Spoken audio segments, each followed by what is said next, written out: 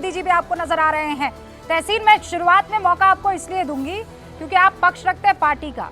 क्या आप भी मानते हैं कि एक्चुअली लीडरशिप सबसे बड़ी समस्या है? राहुल गांधी, ये मैं नहीं कह रही हूँ, सुधांशु जी नहीं कह रहे हैं, कोई और नहीं कह रहा है, पार्टी का अभिन्न अंग रहे आचार्य प्रमोद कृष्णम कह कर गए। थैंक यू रूबिका जी, आपके शो में मुझे शिरकत करने का मौका मिला और मैं आचार्य जी का बहुत सम्मान करता हूँ और कुछ बातों की उनसे इत्तेफाक रखता हूँ, लेकिन हर बात से इत्तेफाक नहीं रखता हूँ। मैं मानता हूँ कि 2024 का जो आने वाला चुनाव है, लोकसभा चुनाव, ये कांग्रेस राहुल गांधी वर्सेस कांग्रेस नरेंद्र मोदी के चुनाव है। मान लीजिए नरेंद्र मोदी जी को 400 सीटें पार होगी, मतलब एनडीए अलायंस को, और भाजपा 370 के आगे जा रही, मान लीजिए, तो काहे जरूरत है यहाँ के जो आता है उनको उस टीम में ले लें।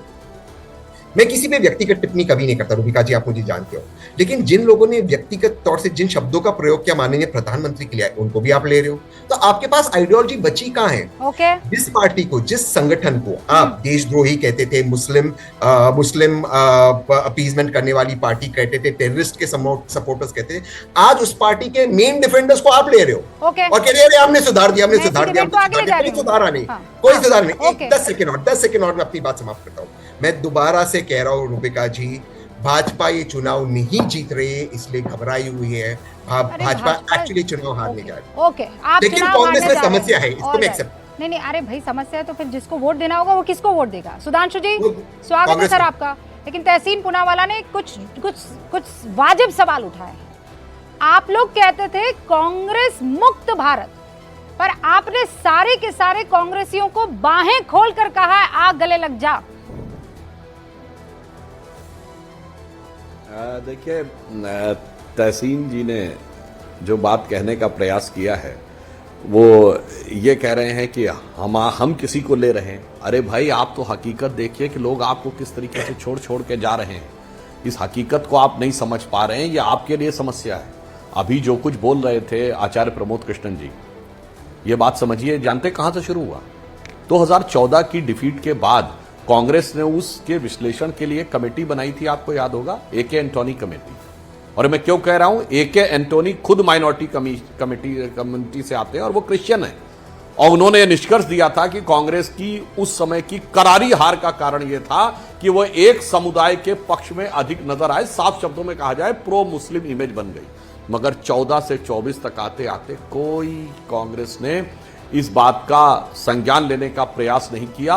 और अभी जो कुछ हमारे मित्र तहसीन युवा नेता हैं बोल रहे थे कि जो लोग गाली बकती थी जो पार्टी, उसके रिप्रेजेंटेटिव को ले लिया, मुझे ध्यान ही नहीं आया, वो शायद आप उसके लिए बोल रहे थे क्या, कि जो कांग्रेस, सारी कांग्रेस चोर है, बेईमान है और इन्होंने स्विस बैंक में पैसा रखा हुआ है और हम आएंगे तो जेल में डाल देंगे, ये कहा था आम आदमी पार्टी ने, और आज उसके चरणों में चले गए। चलिए, जब कहा था वो तो बात है, ये सिर्फ 3 महीने पहले की तो बात है।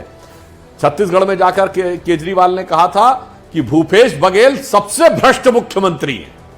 अच्छा साहब, आप ये तो कह देते कम से कम अब वो बयान अपना विड्रॉ कर लीजिए। और अजय माकन जी ने कहा था कि केजरीवाल ने भ्रष्टाचार किया है शराब में और उन्हें जेल जाना चाहिए। कम से कम आप ही कह देते, चलो हम वो अपना बयान वापस लेते हैं।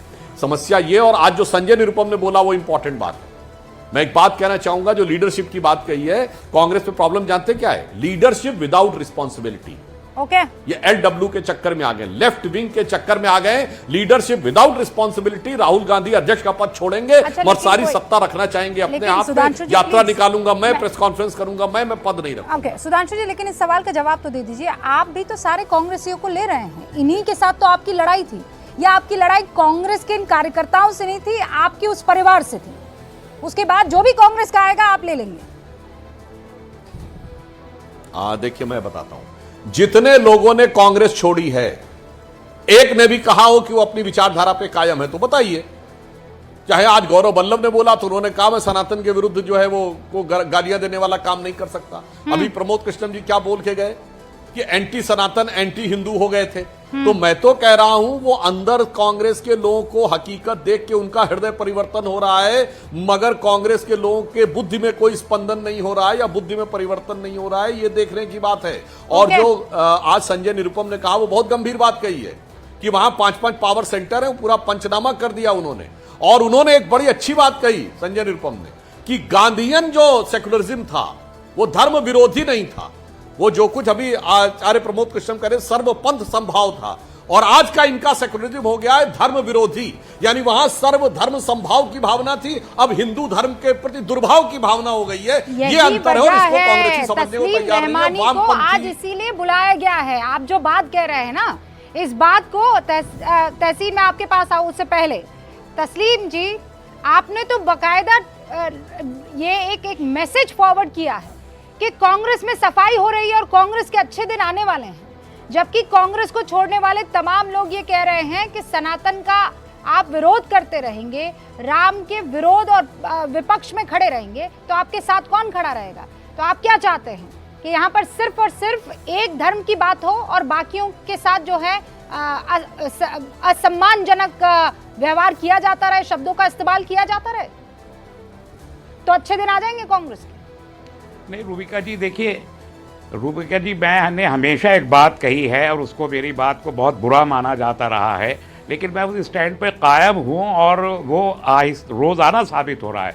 मैंने कहा कि कांग्रेस हिंदुत्व राजनीति की जननी है, हमेशा कहा है मैंने।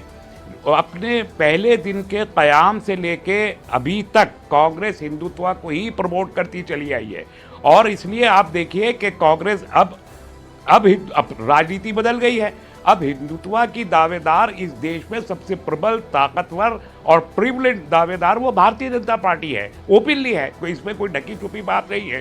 तो अगर हिंदुत्व में इक़्तिदार में आने वाली पार्टी भाजपा है, तो किसी भी पार्टी में जो हिंदुत्व धारक लोग हैं वो, उनके लिए नेचुरल कोर्स में बीजेपी में जाना ही आसान होगा, इसलिए वो बीजेपी में जा रहे। ये आप देखिए, प्रमोद कृष्णम जी ने बिल्कुल सही कहा, कोई गलत बात नहीं। आपने कहा सही कहा। नहीं, आप लिख रहे हैं Congress is passing through a cleaning up era to be an ideological correct political. मैं वही आ रहा हूँ आपने, और लेकिन अभी आप कह रहे हैं कि नहीं, तो जो सेकुलरिज्म का दावा करते थे रूबिका जी, जो हिंदुत्व की, जब तक हिंदुत्ववादी रहे और सेकुलरिज्म का चोला पहने रहे तो सब लोगों का समावेश उसमें रहा, और जब वो चोला उतरने लगा, राहुल गांधी अकेले कांग्रेस में टारगेट क्यों है? इसलिए कि राहुल गांधी हिंदुत्व से खुद को डिस्टेंस कर रहे हैं बहुत तेजी के साथ। सॉफ्ट हिंदुत्व और हार्ड हिंदुत्व में कोई चॉइस अगर किसी को दी जाए तो हार्ड हिंदुत्व ही चुनेगा ना, सॉफ्ट हिंदुत्व क्यों चुनेगा? इसलिए कांग्रेस बार बार हारे। आप देखिए, एक बहुत खास बात है और सुधांशु जी एग्री करेंगे, 1992 में बाबरी मस्जिद की शहादत से लेके आज तक कांग्रेस को कभी एब्सोल्यूट मेजॉरिटी लोकसभा में हासिल नहीं हुई। जितनी सरकारें भी चली हैं, माइनॉरिटी गवर्नमेंट चली है, और जितनी हिंदी बेल्ट है, हिंदी बेल्ट में जो रीजनल पॉलिटिकल पार्टीज भी हैं या परिवारवादी पॉलिटिकल पार्टीज हैं, वो भी हिंदुत्व के बगैर चल नहीं है। हाँ। तो देश आगे बढ़ रहा है राइट विंग पॉलिटिक्स। तो अब कांग्रेस है क्या जाएगी? कांग्रेस एक लाइन में आप मुझे जवाब दीजिए ना। अब सब वो लोग जो कह रहे हैं कांग्रेस कुछ रहे ना रहे, बर्दाश्त नहीं करेंगे, कांग्रेस पर रह क्या जाएगी? क्या रह जाएगी? एसडीपीआई की चहेती? देखिए, रहे या न रहे, आज सवाल यही है कि देश में सेकुलरिज्म एज एन आइडियोलॉजी अगर बाकी रह सकता है, ये जंग आइडियोलॉजी की है, इंडिविजुअल की नहीं है। ये ना समझा जाए कि खाली टिकट सीकर से जो कांग्रेस छोड़ के बीजेपी जा रहे हैं, बहुत आइडियोलॉजिकल, बहुत क्लियर है। Secularism versus Hindutva politics. ये सेकुलरिज्म आ रहा है। सेकुलरिज्म का मतलब ये है कि इफ्तार पार्टी में जालीदार टोपी तो पहनेंगे लेकिन जय श्री राम कहने से कतराएंगे, ये आपका सेकुलरिज्म है, और आप चाहते हैं यही सेक्युलरिज्म वापस आ जाए, तभी जाकर मुझे नहीं मालूम ये इसे तभी जाकर आप मानेंगे कि ये कौन मानता है, मुझे नहीं मालूम, मैं नहीं मानता। सुधांशु त्रिवेदी जी, एक बार आप अपना काउंटर दीजिए। मैं ये मानता हूं कि धर्म निरपेक्ष होना चाहिए, धर्म का अपमान नहीं होना चाहिए। पूरी बात बस मैं रहमानी साहब ने जो बात कही, बहुत सीरियस बात कही, तो मैं एक तो पहले इनका करेक्शन कर दूं। 6 दिसंबर 92 को ढांचा गिरने के बाद से कांग्रेस को मेजॉरिटी मिलना बंद हो गई। आपका स्टेटमेंट गलत है। 30 अक्टूबर 90 और 2 नवंबर 90 को अयोध्या में फायरिंग करने के बाद कांग्रेस ने समर्थन किया, मेजॉरिटी नहीं मिली। उससे पहले राम जन्मभूमि आंदोलन का 87 से 88 से 89 तक विरोध करने के बाद कांग्रेस को मेजॉरिटी नहीं मिली। तो फैक्ट यह है कि राम मंदिर के विरोध में खड़े होने के बाद से कांग्रेस से मेजॉरिटी छूटी। दूसरी, आपने जो बात कही क्लीनिंग की बात, बहुत सही बात कही है। यही तो कहा मैंने भी। आजादी के समय माना जाता था कि कांग्रेस सर पूरी नहीं, आपने कहा था ढांचा गिरने के बाद। मैं बता रहा हूं मंदिर के विरोध करने के बाद से 89 से मेजॉरिटी मिलनी बंद हो गई। ढांचा दिसंबर 92 में गिरा, उसके बाद चुनाव 96 था, यह मैंने क्लियर किया। दूसरा, आपको बात बताऊं, आपने बहुत सही बात कही, यह बात सही है। आजादी के समय कांग्रेस हिंदुओं की पार्टी थी और मुस्लिम लीग मुसलमानों की पार्टी बन गई थी। मगर वही तो मुस्लिम लीग भी कहती थी, क्लियर करो, देखिए मौलाना आजाद जैसा आलिम फाजिल मुसलमान अपना नेता नहीं मानते थे।